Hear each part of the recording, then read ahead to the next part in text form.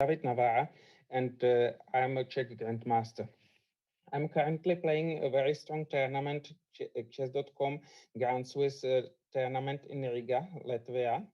And it is very strong. There are many really strong grandmasters, and the top two players will qualify for the candidates tournament. I have 4 points out of 6 games so far, which is good, but there are players who have more points. I'm here to show you one very interesting game which I managed to win against Gukesh D, one of Indian prodigies, a very talented grandmaster who is already rated about 2640, maybe even slightly higher. He is probably 16-year old. I don't know exactly. And there are many Indian young, strong grandmasters like Pragnananda Ramesh Babu, Gukesh Domaraju, Nihal Sarin, Raunak Sadvani, and some others also. And there are many other strong players. And this game was played in round 5 2 days ago. And I just want to show it in about half an hour because I believe that special games should be shown. So I played with white pieces and wanted to play for the win, but without taking excessive risks, which is often my intention, but it often ends very differently. Just before starting, I will just tell you that this will be just one direction communication. Last but not least, because my computer's uh, out, audio output or input is broken, and I cannot hear anyone from this computer. I am afraid this computer dislikes me since I spilled some tea on the keyboard while I was playing some rapid on not blitz or bullet on Lichess, and since then, the sound has not been working properly, although it has recovered for about 2 or 3 times. But when I opened one database program, it stopped working again. So let's turn to the game. And before the game, I took tea, and on the tea machine, there was a text which would be a good advice for this game, like please push slowly, or slow was there written. So I wanted to play it solidly for a minimal advantage, but it ended up very differently as usually. I played with white, so I played e4, c5, knight f3, knight c6. Now I avoided the Sveshnikov Sicilian and played knight c3, e5. This is a fashionable variation which has also been applied by Magnus Carlsen and by many other strong players. Black is avoiding some lines like knight f6, bishop b5, which might be relatively promising for white. And also transposing to dragon with g6, d4 is not everyone's taste, even though this is a bit different version of dragon because black has not played d7, d6 yet and can play d7, d5 at once in some lines, but still white has some ideas there. So black played e5 on the third move. I played bishop c4. The bishop is placed well on this diagonal because the d5 square is weak and f7 can be vulnerable in some lines as well. Black played bishop e7, d3, d6. Another option is knight f6. It has both advantages and disadvantages compared to d6. I will not delve into the theory here because I want to use my preparation maybe another time. So black played d6, and now I castled. And here the most common move is knight f6. But black played h6, which is probably a newer move, which has some sense because after knight f6, white has various options like knight g5, attacking the f7 pawn. And if black castles, there is f4. And theory, in fact, only begins here after bishop g4, queen e1, because it's a long line which I played more than once.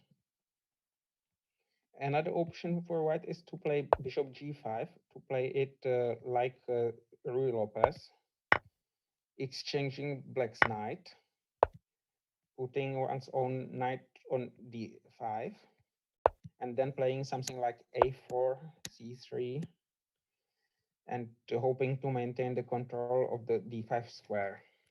And possibly, if white succeeds, he could also bring the other knight to d5 if some pieces are exchanged, like knights and white squared bishops, for example. And this bishop on f6 is not great here because it has little use.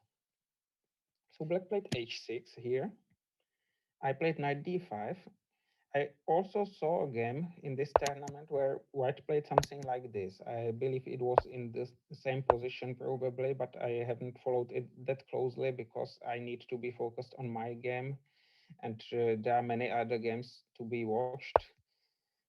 So I just saw a similar position appearing earlier in the tournament. I slightly prefer white's position, but it's a matter of taste, and black should be able to equalize with precise play. I played knight d5, knight f6, and now white can take on e7, but black has active pieces, and the bishop pair is of limited use. I think black can take either with knight and then switch the knight to g6 if needed, or take with the queen, and in both cases, bishop e6 might be a reasonable option. I haven't analyzed this in detail, but exchanging the bishops can help black at times because the bishop pair has various advantages, but one of them is that the bishop pair can control all the squares on the board. Whereas if there's only one bishop, half of the squares are cannot be reached. So that's the reason why it often helps to exchange a pair of bishops if your opponent has a bishop pair and you don't. So I played c3 here because in this position it's not such a big advantage, the bishop pair. Black castled, and now I played a3. Still following this advice from the T machine, please push slow. Or maybe slowly, but there was written slow. Black took, and now I recaptured with the bishop, because if I recaptured with the pawn, black could just go back, and the knight can re-enter the play through d7, and then maybe b6, maybe f6, but white's bishop is no longer active here because there is pawn in his way. So I took with the bishop, and now black played a strong move, bishop f6. It still looked like his preparation. White can also play something like bishop e3 here. Maybe the position is slightly better for white, maybe not. It's a matter of taste. It's easier to play with white for sure, but it doesn't matter that much. I played b4 instead. And now, to generate some activity on the queen side, because I'm unlikely to generate activity on the king side, at least at this stage of the game. So I wanted to play on the queen side. Black played knight e7. I want to maintain my bishop. That's why I retreated to b3. There were also other options, but I didn't want to go to c4 because then black could push d5 in various lines. And b3 looked a bit better than a2 to me, even though both moves are similarly strong. Here, black played b6, rook e1, bishop b7, and I decided to relieve the tension in the center because I wanted to see what would be black's reaction to b takes c5. Also, I wanted to undertake something, and black could prepare d6, d5 if I did nothing, and try to uh, get some advantage in the center, at least spatial advantage. So I took on b5, on c5, and now black could have recaptured with the b pawn, which was actually better. I would have played rook b1, generating a threat here. But black, because black's bishop is hanging, but black can parry it easily, and this position is around equal. Bishop e3 is a reasonable move to prevent d4, d5, because then white would take on c5.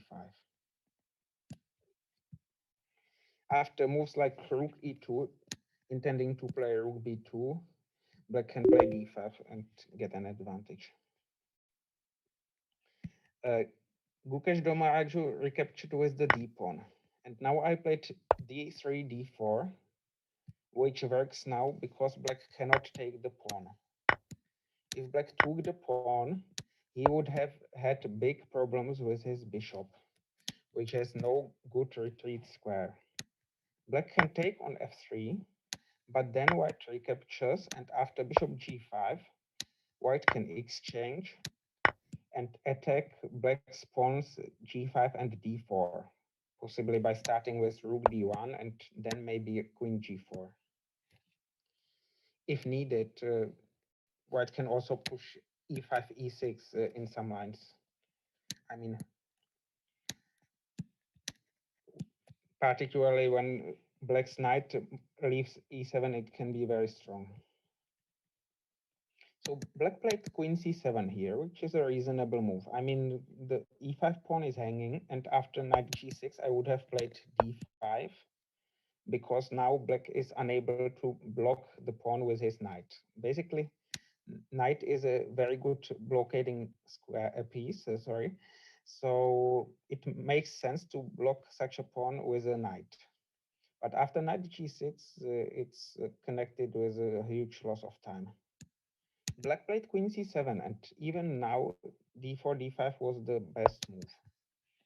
But I disliked knight c8 for the reason mentioned above. I was not sure about the evaluation of this position, but it is probably slightly better for white after something like a4 and knight d2, because for black it is not easy to start queenside activity without creating weaknesses. And the same applies for black's chances on the king side. So black probably should stay passive in this position, and white has some hope to improve the position slowly, even though it's very difficult, because also white's pawn moves can compromise his own position. I mean, c4 and a5 can be a reasonable plan, but it's not, oh, sorry, not this way, c4 and a5, but it is not always that easy to execute such a plan under favorable circumstances. I played h4. I mean, this move is often popular nowadays thanks to AlphaZero, a revolutionary computer program based on neural networks. And uh, in, I mean, on the day before, I played with black against Bogdan Deák, and there was also an option to play h7, h5 at some point, and I discarded it and played something else, but it turned out that it had been the best continuation. So uh, I was like joking. Of course, I couldn't tell it to anyone during the game that the h2 h4 is the best move under any circumstances. But now it is not. I mean, it contains some idea, but it doesn't work tactically. I mean, it contains more than one idea, because if I took on e5 here, uh, my pawns would have been shattered. They can be quite weak. I would have played probably something like queen f3, but it's not that great. I mean, I don't have such great attacking chances, and also black's knight can enter g6 sometimes. So it would be great to kick the knight out of g6 by playing h5, and that's one of the reasons why the pawn on h4 can be good. Another reason is that I am sort of threatening bishop g5, because if black plays something neutral, okay, some nonsense move, maybe rook c8 makes sense, but there might be this bishop g5. I'm not sure if it really works, but it's an idea because now the bishop is hanging. If black takes, there will be some mating threats, very serious mating threats connected with queen h5 and queen h7 or bishop takes f7 then. And if black doesn't take, he might have problems with his e5 pawn. I have to correct myself. The stream will take a bit longer than half an hour, maybe 45 minutes, but not more because I will become hungry and go for a dinner. So now black took c takes d4 after h4. I recaptured and black took e takes d4. It took him some time, but he chose the best continuation. Actually, even here, I considered bishop g5. I mean, in online games, I am often suspicious of the opponents who don't make obvious moves immediately, especially in blades. But it's, I mean, first of all, it is fortunately mostly fine. And moreover, here it's a classical game, and I had enough time. I had plenty of time, so I just wanted to make sure that I'm not missing some hidden opportunity. By the way, even g4, g5 could theoretically be a hidden opportunity, but it should not work really. And the bishop g5 here doesn't work either. I think black can even take on c3 and recapture on f6, and I'm probably unable to attack the king. I don't know. I haven't checked this, but it looks too suspect. So c takes d4, e takes d4, and I was relying on the move e5 here. Bishop takes f3, queen takes f3, bishop takes e5. Black can also take on h4, but the e5 pawn is more important, more dangerous for black. And now I played bishop takes f7, a move on which I had been relying, because black cannot take it in view of queen takes a8, rook f8, queen e4, when white is an exchange up for a pawn, but black does not have sufficient compensation. White will probably play something like king h1. I mean, the position is not completely clear. There are still some tricks, some ideas, but white is better here, I hope. In any case, king h8 was a better move. Now black is a pawn up. Many pieces are hanging in these variations. And I thought that mostly in most variations, there was one more black piece hanging than white piece, which should give me compensation for this missing pawn. Basically, it's more or less true. I mean, I played queen h5, and now I'm attacking this bishop, although it's not so clear if it's such a dangerous threat, because black can then take on f7, exploiting the fact that my queen will be overloaded and will not be able to take on f7 and protect e5 at the same time. My main threat is bishop takes h5, h6 with mating attack here. And black needs to parry this threat. So he played knight f5, a very interesting move, which I probably underestimated. I think I haven't missed it completely. But computer also suggests queen d6 here. And white has just enough compensation, but needs to be a bit careful. Here you see that rook takes e5 was not such a big threat. And this queen d6 parried the main threat, namely bishop takes h6, because now black could recapture with the queen, or even better with the pawn, but protects it with the queen as well. So queen d6, rook takes e5, rook takes f7, queen takes e5, and now white is threatening rook e1, which gives him probably enough compensation, but black is safe. In the game, black played knight f5. And now I played bishop g5, bishop g6, the only move. I mean, it was far from obvious that it was the only good move, but queen takes f5 looks logical, but it backfires in view of bishop h2 check. intermediate check, king h1, rook takes f7, queen e4, attacking the rook, uh, rook d8. And if white tries to trap the bishop, black can take on f2, for example, and it's very bad for white, whose king is very weak here. White is also 2 pawns down at the moment. So I played bishop g6 instead. Now, again, several pieces are hanging. This knight on f5 is hanging. This bishop is hanging if the knight goes back. And black played queen c3, which is a good move. There was another good option, which consisted in d3, attacking my rook. And also, if the rook leaves a1, black's bishop can go to c3 sometimes to attack another rook for a change. And if white takes on f5 now, some exchanges arise. Now white is threatening some discovered checks. Of course, I mean, I'm a Czech grandmaster, so it's understandable that I am threatening discovered checks, that I actually started playing 3 checks here for this precise reason. It was meant as a joke. So, and I also at times play King of the Hill here.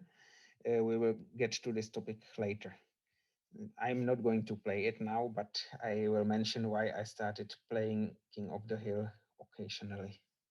So here I played bishop g6.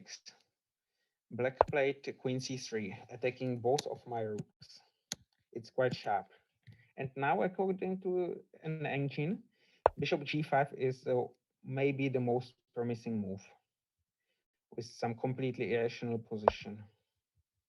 White cannot take on e5 as his rook would be hanging then. I took on h6, which looked much more logical to me.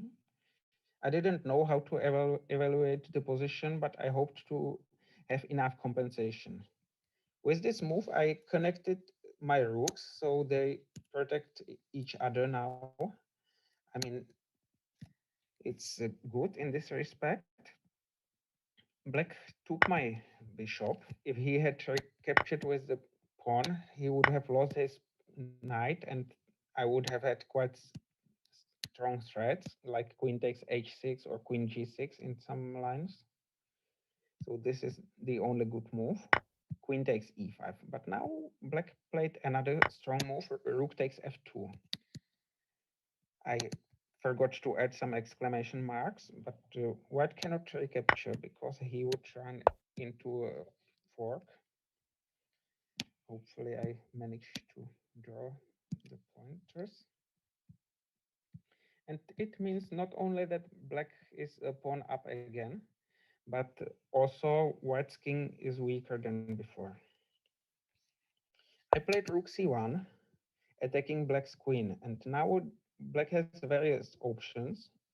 And there was a nice draw after queen d2, namely rook c2, attacking the queen and also the rook if the queen moves. Rook takes g2, king h1, rook h2 check. White cannot take in view of queen takes e1 check. Black is 2 pawns up now, so white has to repeat moves. Rook g2, king h1. Black can avoid the move repetition by taking on c2, but it leads to a position where it's either black who needs to be careful, because in this position, white is threatening mate in 1 because the pawn is pinned, and black has only the only defense rook c1 check, king g2, king h7. It was important to leave the c2 square because white's queen could attack the rook in some lines, particularly with white's king on h2 rather than g2, whereas on c1 the rook is safe. Black also has other option to give queen for rook and bishop, but it loses on the spot. Queen takes e1 loses to a double attack after queen e4. because the queen attacks a8 as well as g6, and rooks are often vulnerable when they are not connected. You saw it also that white managed to protect both rooks in one move by connecting them by removing the bishop in between of them. But here it's not possible because there are some pawns standing in the way, and black is losing material. So in the game, black took on a3. And now I had various options. There are no mates on the back rank because black always has some moves like rook f8 or knight g8 in various lines. Rook c6 was an interesting move here, a move which I considered for quite some time because I'm then threatening something like bishop e4 and I'm sorry, bishop e4 and rook takes h6. I don't remember exactly why I discarded it in the end, but I think this line played a role in it, although I'm not completely sure. I mean, if I play bishop e4 here, it's wrong because of rook f1 when black's counter attack comes first with mate to follow. So in the game, I played rook c7. It was also connected with a trap because if black plays rook g8, it's actually bad for black for more reasons. I saw that king takes f2 was winning because if black wins the queen now, there is a mating threat on h5. And after rook d8, white gives mate in 3. Bishop f7, king h8, rook h8 mate. And if the rook goes to f8 instead, it will take a bit longer, but there's still mate or something like this. Rook h5, check on h7, king h8, check on f5 or elsewhere, king g8, bishop e6 check, rook f7, bishop takes, and rook h8. Okay, computer shows there was also a quicker way, like queen g5. The rook on f2 is hanging, and if black protects it, there is mate in 2. Very nice one with a queen sacrifice. So rook f6 is a good move. Bishop e4 happened now, and now black made a very slight inaccuracy. I mean, it's very difficult to play well in such a sharp and complicated position with tactical motives everywhere. Both kings are weak here. Rook af8 was the best move. I was not sure about the position's evaluation, but I hoped that I would not be worse at least. And indeed, white's position is not worse. White has queen g5. The pawn on g7 is hanging. I mean, it's mate in 1. And rook g8 doesn't work. We have seen this motive a moment ago in a slightly different version. But black cannot play knight f7 either because of rook takes f7. Now black cannot play rook h6 because of queen takes f7, threatening mate on e8. So king g8. And now black's king is very weak. I haven't calculated any farther because I believed that this should really be winning for white, and it is winning after queen b8 or even queen d8 check. I mean, it's not completely obvious, but an experienced player should feel that this position should not be good for black. Black is losing his rook at least, if not the queen or the king. So in the game, black played rook d8. After this rook f8, queen g5, uh, there was a repetition. I forgot to show it. Rook f7. Now black can already recapture with the rook because after queen d8 check, he has moves. Oh, sorry, this was not good. Maybe I will turn the engine now because I have made a mistake, silly mistake.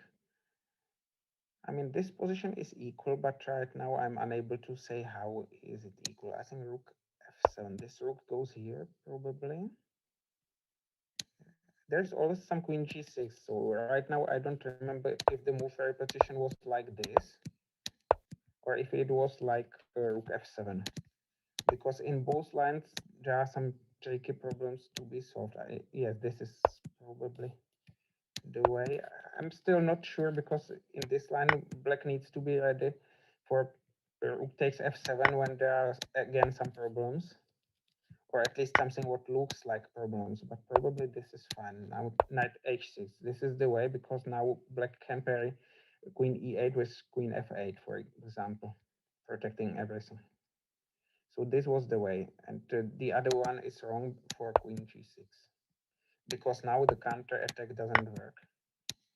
Now the g4 square is protected, and there is a threat of mate in one, queen h7 or queen takes g7, which decides.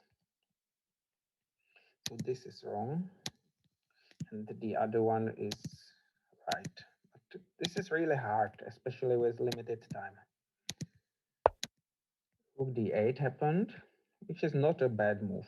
It's just more pleasant for white now. Queen g5. Again, rook g8 is not possible in view of queen takes f6 and rook h7 mate. We have seen this motive before. So queen f8, a strong move. And now I played bishop d3. I'm threatening rook e7. I'm ready to bring another piece into attack. I'm also protecting the f1 square, making sure that there will not be check on f1 after rook e7. And my intention was to meet rook c8 with rook takes a7, rook c5, which is in fact losing for black in view of queen g3.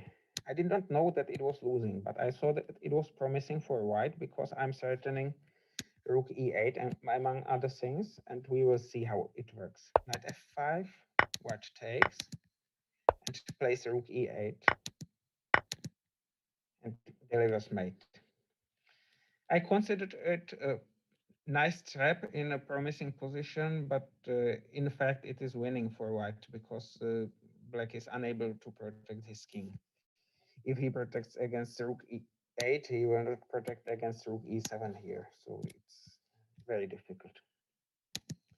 Knight g8 is a good move again. Gukesh played most of the game very well. But in chess, sometimes even one mistake is enough to lose the game. I mean, this game was not perfect. There were some inaccuracies earlier on, but it's fine. Rook takes a7. I think that when you are some material down and cannot see a continuation of attack, it makes sense to recapture some pawn.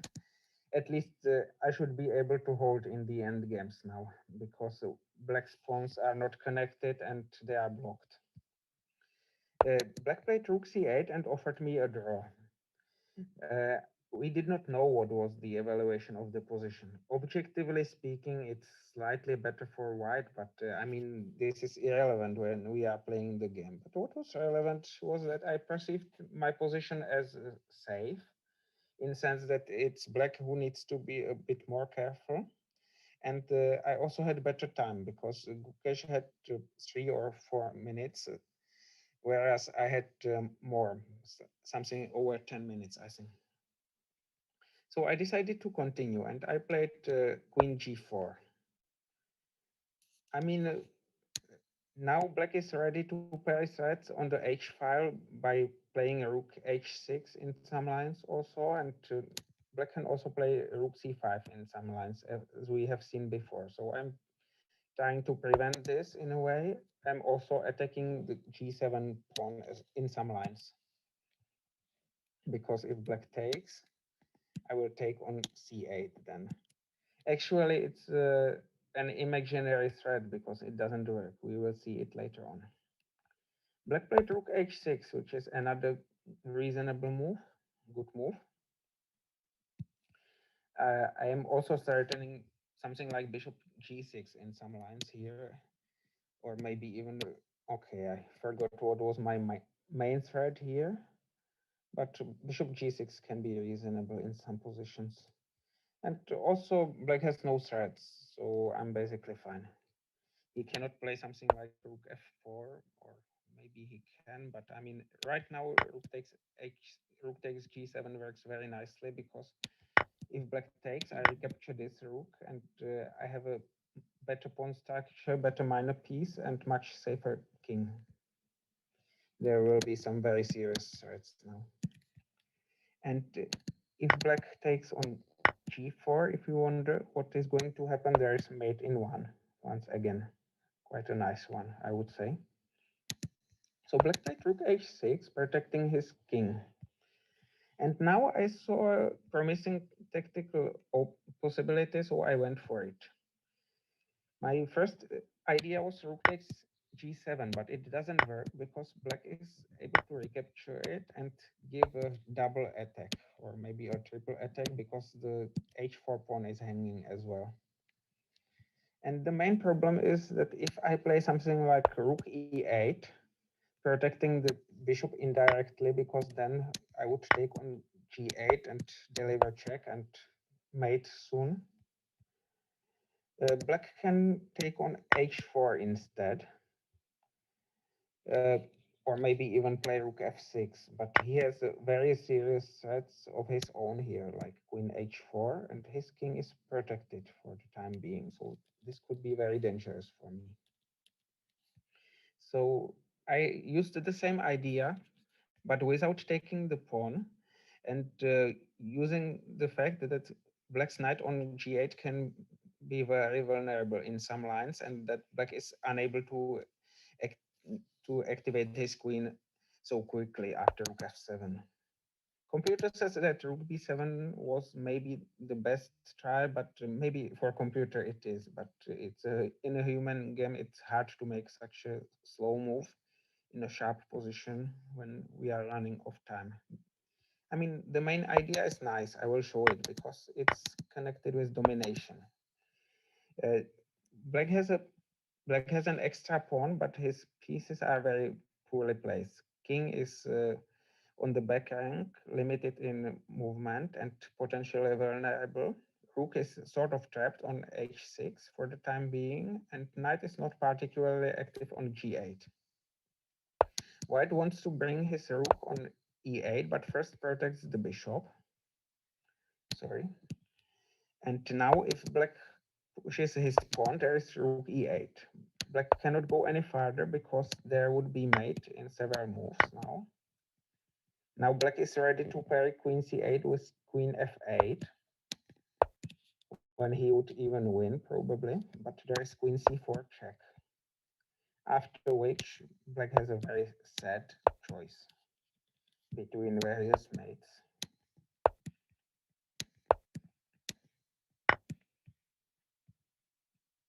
And these mates are not friends, really. They are not good for black.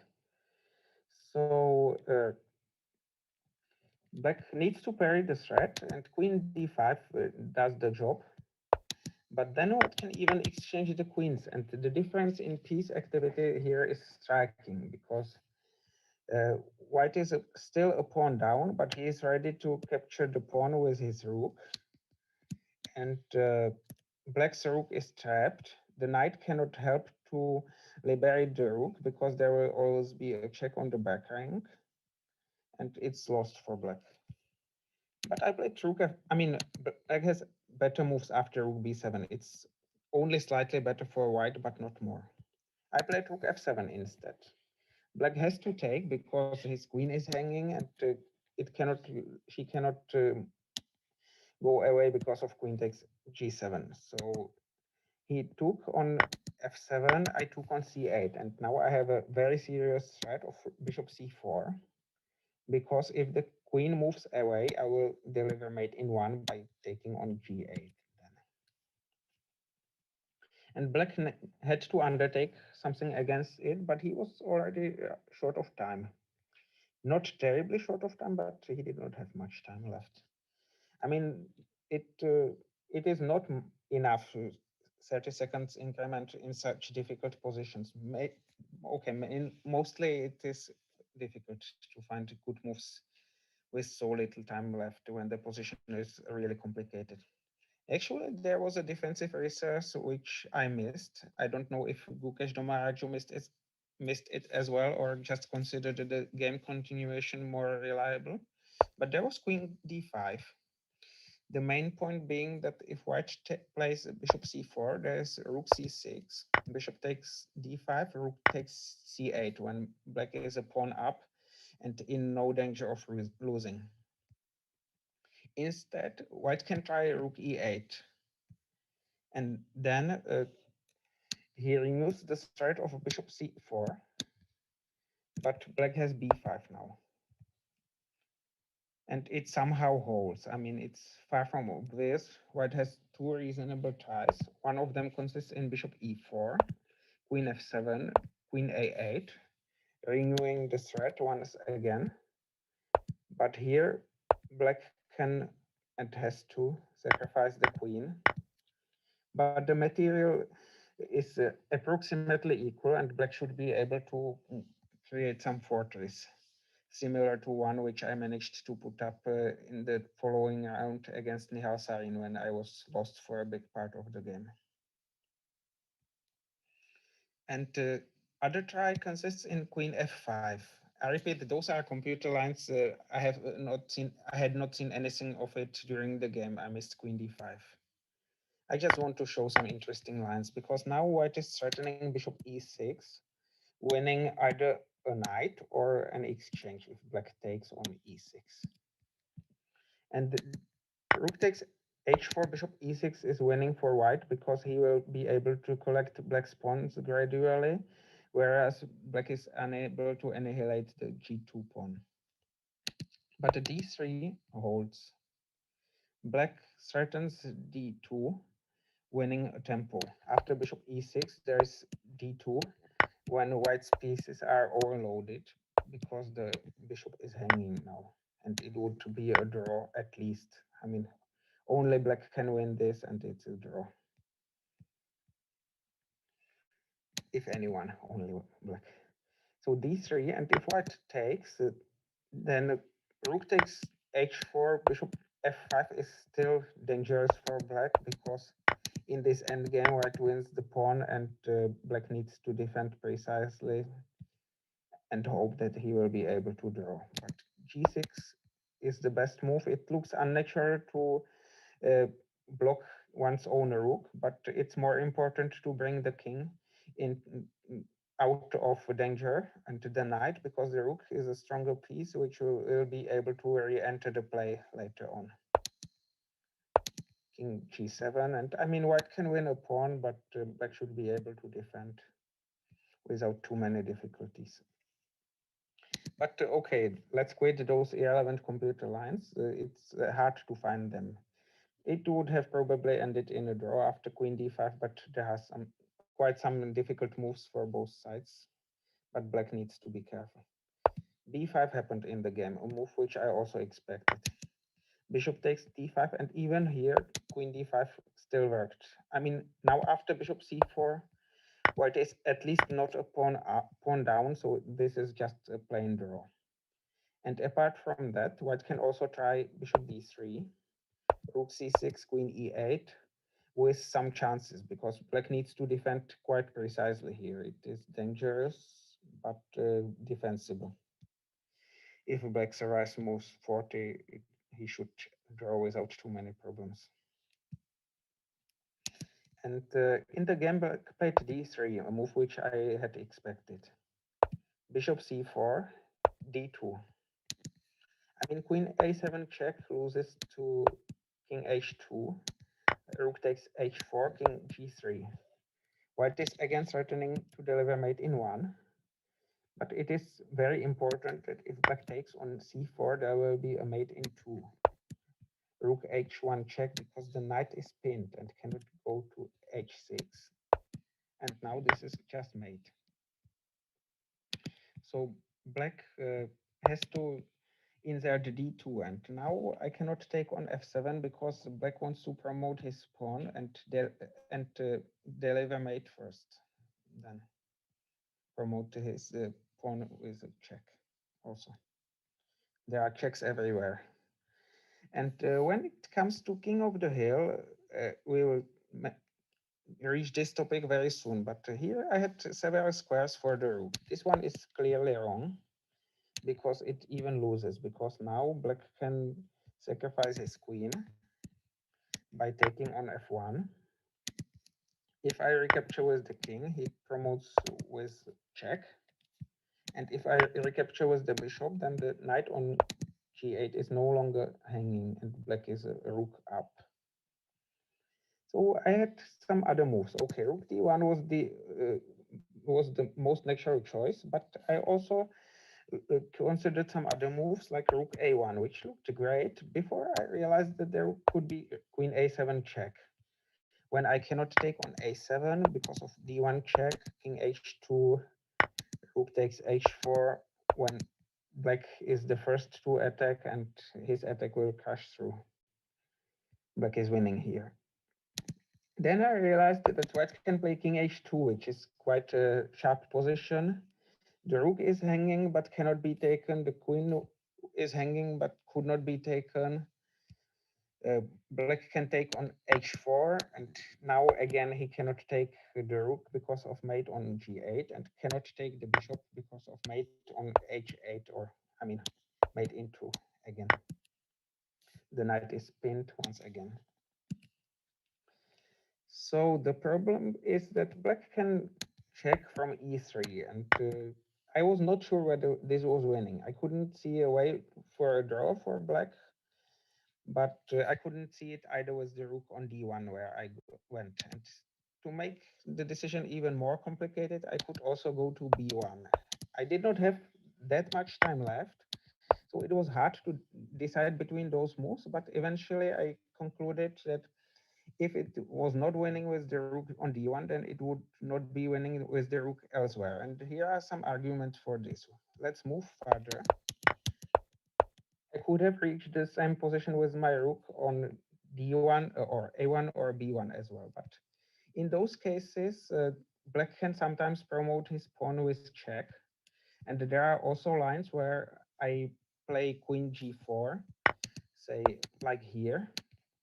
But if white's rook stood on a1, black could win it by giving a check and taking the rook, or like this. On d1, the rook is safer because black cannot take the rook without getting mated. I mean, here I can win after both g3 and king h3, because my king will be able to avoid the checks, but I just want to show that this is mate. So the rook is relatively safe on d1. The pawn cannot advance with a check, which could occur in some lines with queen d4, king h5, for example. It's irrelevant, but in some lines it could be an option. So my idea was that I didn't know whether the position was winning. I did not know how many moves would lead to win, but rook d1 just looked at least as good as the other two moves. So I concluded that if it was winning, rook d1 must be a winning move. Maybe the only one, maybe not. In fact, all the three moves are winning. But studying logic can help one at least sometimes. But okay, this is not mathematical logic. This is what I applied, or okay, it is, but we don't need to study mathematical logic to make conclusions like this. And of course, I had to rely on my intuition and had to be lucky. Here, it is even possible to lose the game. This was move 40. And I mean, king h3 is winning and is not too hard to calculate, but g4 would have even lost now. I mean, not yet. Now I can go to h3 and repeat moves like this. I can also go king h1, but now the rook is hanging and I can play king g1, or I can, but I mean, black can take now and probably sacrifice the queen somewhere to deliver some perpetual check, maybe here, or queen g1, promote once again, and then check my king, which will be unable to protect against checks.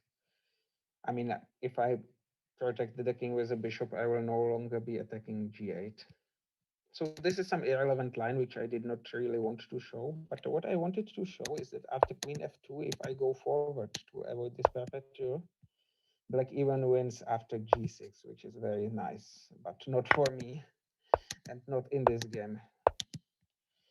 So yeah, it just shows that one needs to be careful until the end. Also, queen g4 doesn't look great. It drops the win because of queen h2 check, because now this is a move repetition, I believe. I even saw some funny lines during the game, something like this.